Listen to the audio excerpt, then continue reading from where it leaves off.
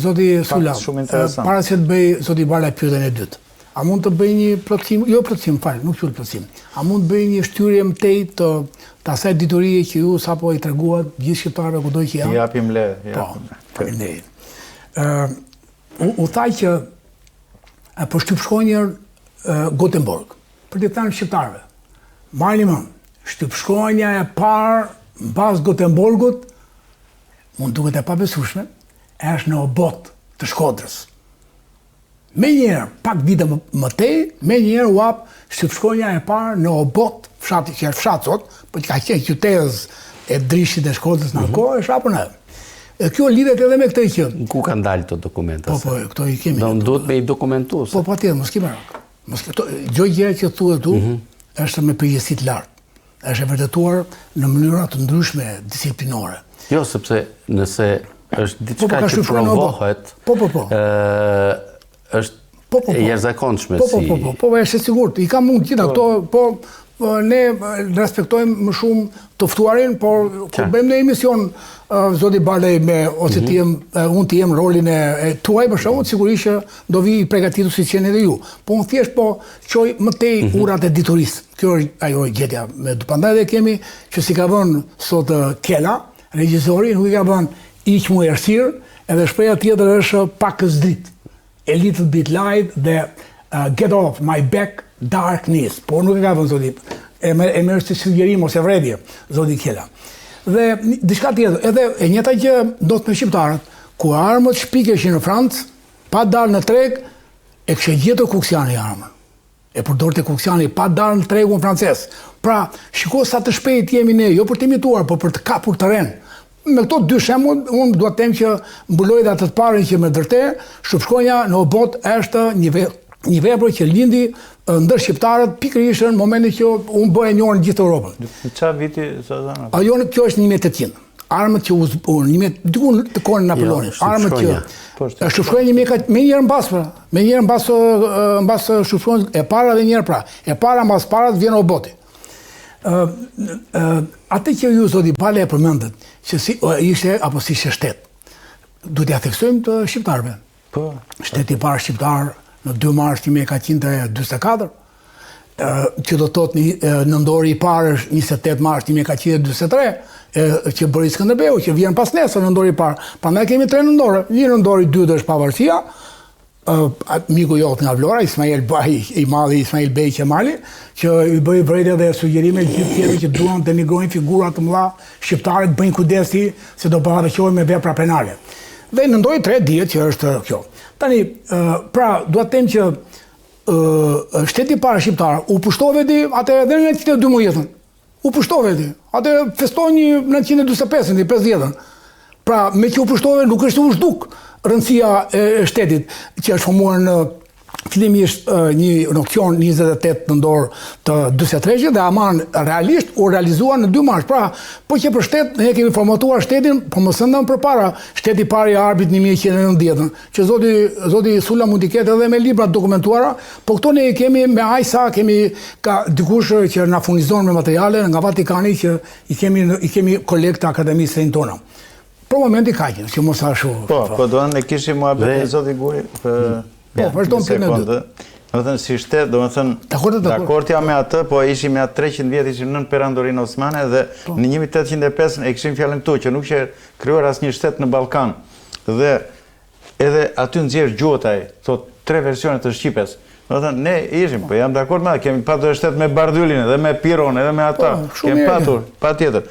Kurse 10 sekonda mos më mërzit zoti Ylli, me që përmende ato armët, ato musqetat që kanë qenë ato, më erdhi në mendje një pozim, se çuditërisht më del shqip, mush dhe qet, musqet kanë qenë ato. Mush dhe qet. Po është fjalë e përbosshme, është fjalë ndërkombëtare. Kurse për fjalën me që atje në tekst e përmende ajo re.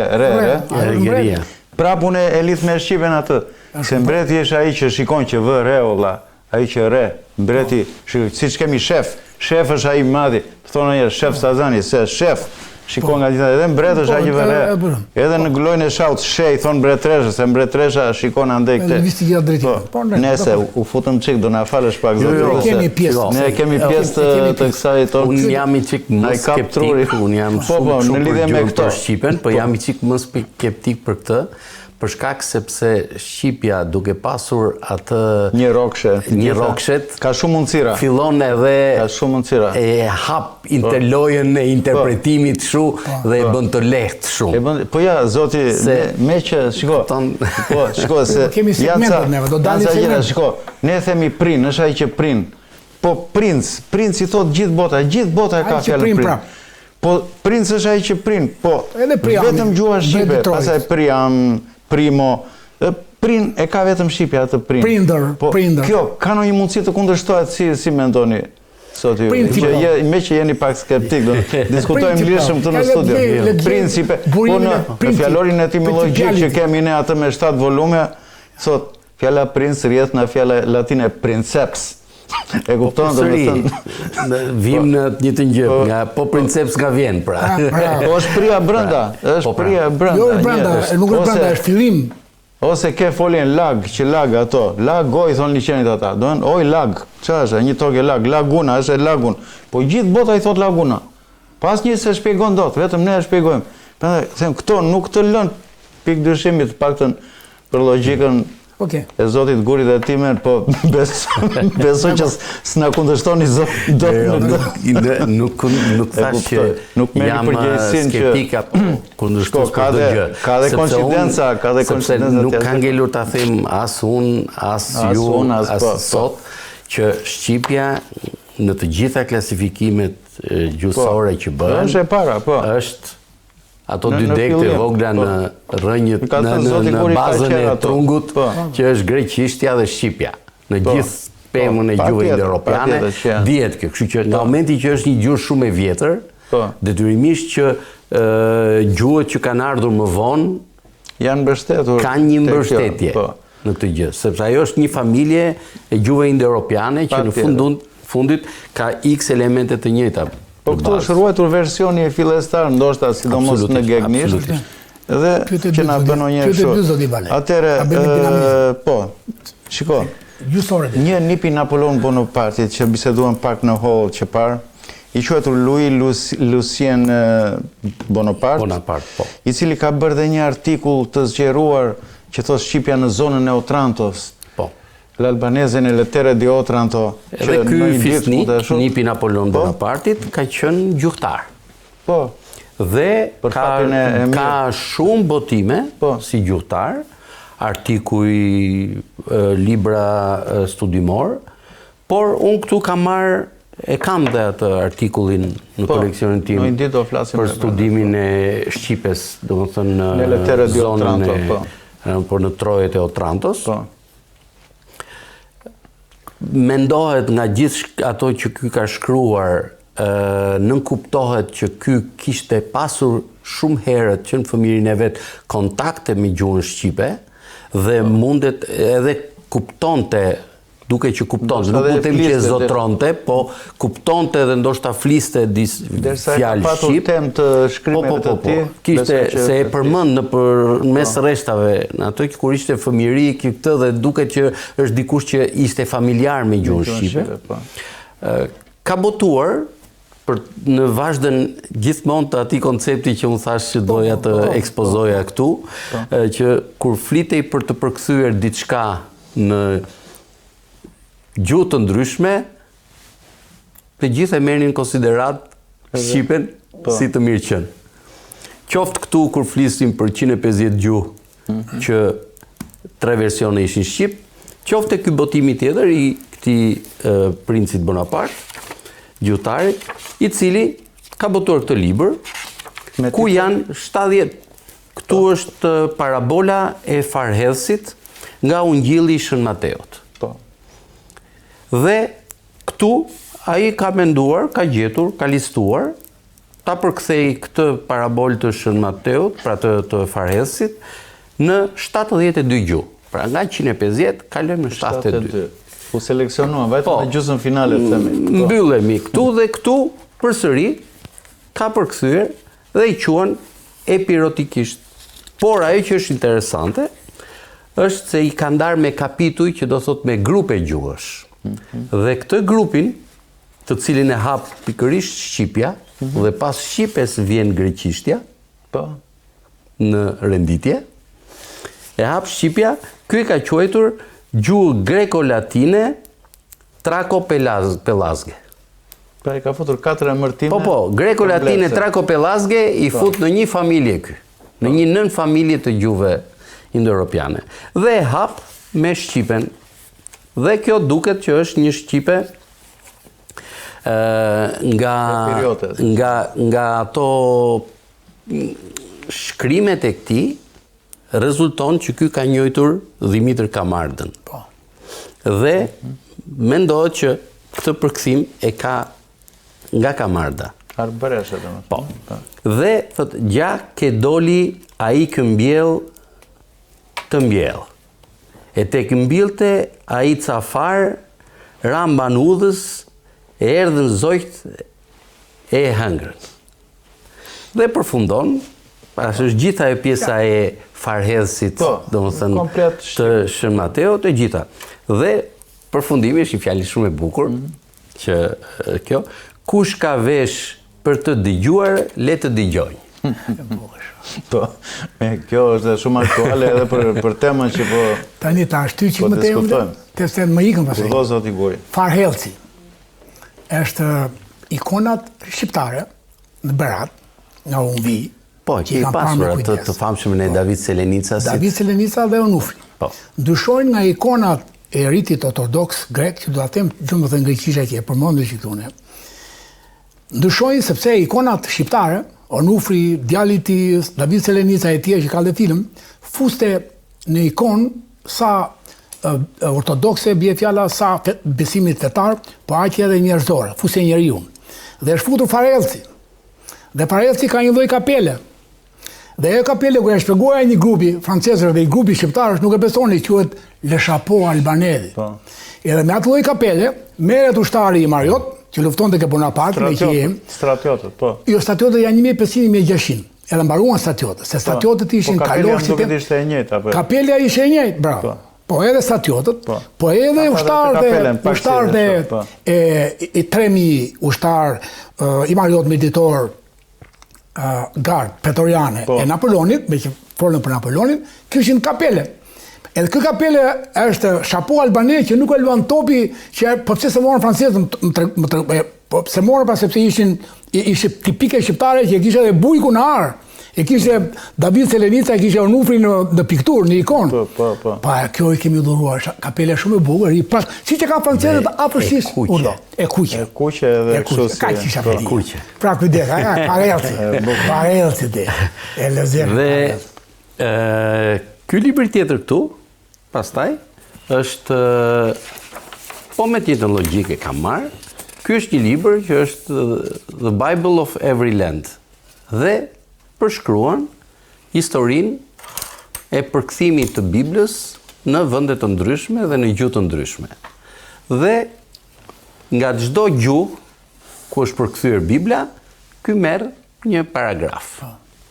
Këtu, duke qenë se libri është 1848-ës,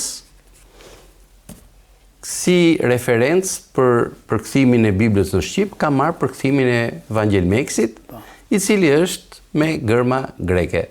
Dhe tregon ama dhe historikun, thot kush e ka bërë këtë gjë, dhe gjithë ato që dihet për pjesën e shoqërisë biblike dhe kontributin që kanë anglezët për përkthimin e Biblës në Shqip, dhe ka këtë paragrafin këtu, dhe thot gjuhët indo-europiane, thot Traco Illyrian Family. Familja Traco-Illyre, dhe fillon me Albanian. Dhe jep një specimen, thot, i versionit shqiptar, me gërmat që janë greke, nga përkthimi i Vangel Meksit.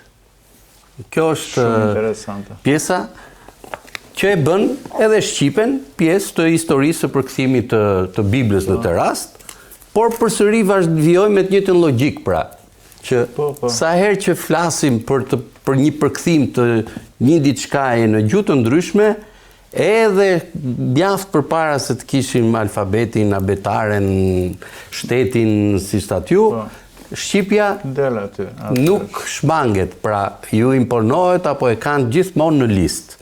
Dhe tregon pastaj historinë, është një faqe historikun e përkthimit të Biblës në Shqip.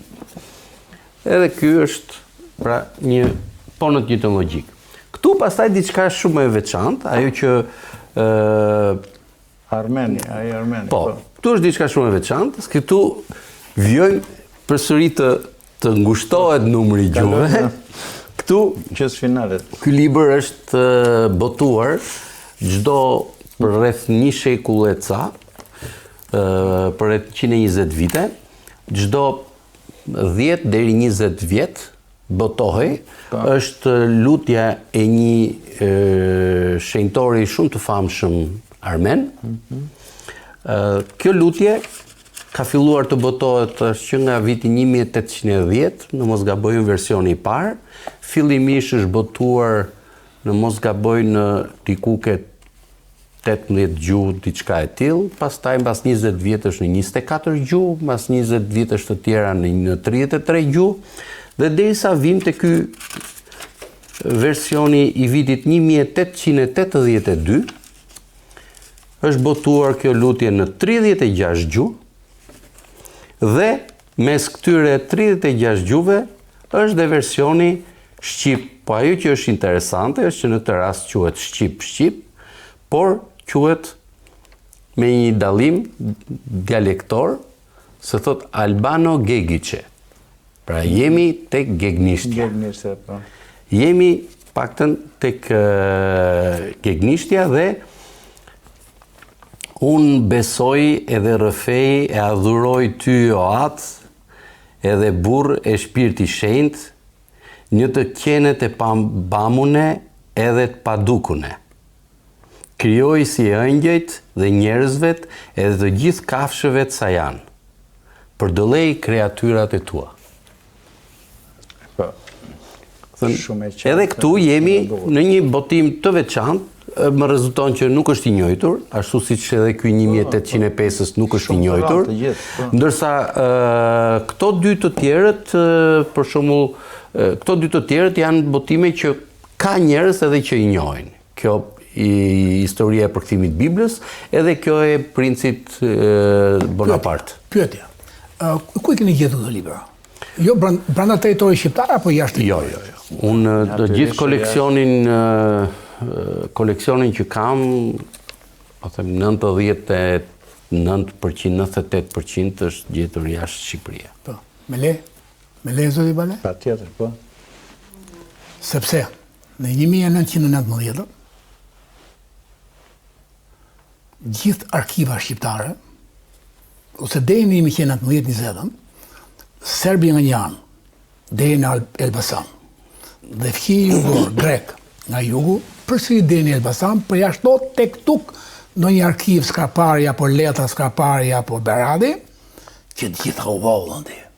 Po dhe mbas shlirimit ka ndodhur kjo që thotë Sajmir Lolja, u morën me kamiona gjithë arkivat e klerit, të themi, u morën.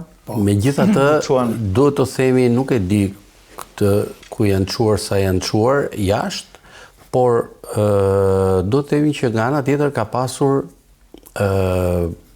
mjaft njerëz patriot edhe të formuar, rasti më i njojtur, më i famshëm është ai Mitat Frashi, Luk Moskëndo, që kanë arritur të grumbullojnë, të ruajnë edhe shumë botime interesante. Unë mund t'ju them që për madhësinë e vendit, e një vendi si Shqipëria, koleksionet, arkivën dhe botimet që ka biblioteka jonë kombëtare janë absolutisht me i pasuri të jashtëzakonshme. Kemi edhe në bibliotekën kombëtare Dhe kemi, mund të shikoni vetëm sa për është hapur para 2 ditësh, një ekspozit me biblat që kanë gjetur në bibliotekën kombëtare, jo vetëm ata që janë të përkthyera në Shqip, versionet e hershme, por bibla përgjithsisht latinisht, greqisht, dhe që fillojnë që nga vitet 1400, pra që janë dhe inkunabul, dhe pastaj 1500, 1600 e me radhë, të cilët janë ruajtur në bibliotekë kombëtare. Pa diskutim që ajo që thoni ju që mund të jenë marrë që nga fillimi i shekullit të 20 apo fundi i shekullit 19, pa dyshim që gjatë kohës së komunizmit mund të jenë djegur, dëmtuar, mund të jenë shkatruar shumë nga këto pasuri, por paralelisht me gjitha këto, se gjitha këto ka ndodhur në gjithë botën, në nivele të ndryshme, kuptohet, pa diskutim, por në gjithë botën ka pasur momente ku shkatroj, neglizhoj, harroj, periuda të errta, periuda i inkuizicioni, periuda censure, periuda nga më të ndryshme që çonin që në mos libri si koncept botime të caktuara të digjeshin apo të censuroheshin apo të shkatroheshin, dhe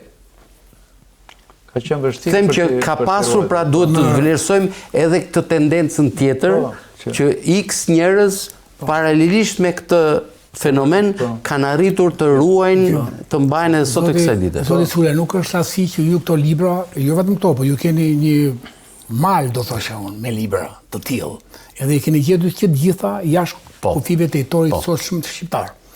Që do të thotë që po të ishin këto libra, atëre pjesa jonë shkencore, akademike, anësi e ka publicistike, nuk do thoshin që Shqipja është një, ose lirisht jam sakt, është një gjuhë grumbull mbetjesh e gjuhës shqipe. Edhe gjende vetëm në përca e emërvende, nuk do të them toponime. Ka dhe një diçka. Në emërvaresh. Sazan, ka dhe një diçka. Që këto libra janë botuar jashtë Shqipërisë. Dhe në ato vite kur janë botuar këto libra, Shqipëria nuk ishte në ato cirkuitin, po them, e qarkullimit të librit. Dhe gjithë botimet që janë botuar jashtë Shqipërisë, që të vinin në Shqipëri, mund të vinin vetëm nëpërmjet familjeve të pasura, atyre familjeve që mund të kishin bibliotekë. Për shembull, po të lexoni kujtimet e Qerenbej Vlorës, ju kujtohen, ai tregon, thot, ai dhe më duket një numër i jashtëzakonshëm, nuk e di tani. Ka studiues, ka njerëz që interpretojnë që Qerenbej Vlora ka pasur çik tendencë për të hiperbolizuar gjërat, por ai flet që kishte 30.000 tituj në bibliotekën e Vlorajve, në Vlorë. 19.000 dorëzoi Mitat Befrash. Një bibliotekë fantastike, pak a shumë si kjo juaja. Po flasim për në shtëpinë e tij fantastike në mes të Vlorës. Ka pasur familje të pasura në Shqipëri, të cilët vetëm nëpërmjet atyre mund të vinte ky libri i botuar jashtë, sepse Shqipëria nuk bënte pjesë në cirkuitin e tregun e librit në ato kohë.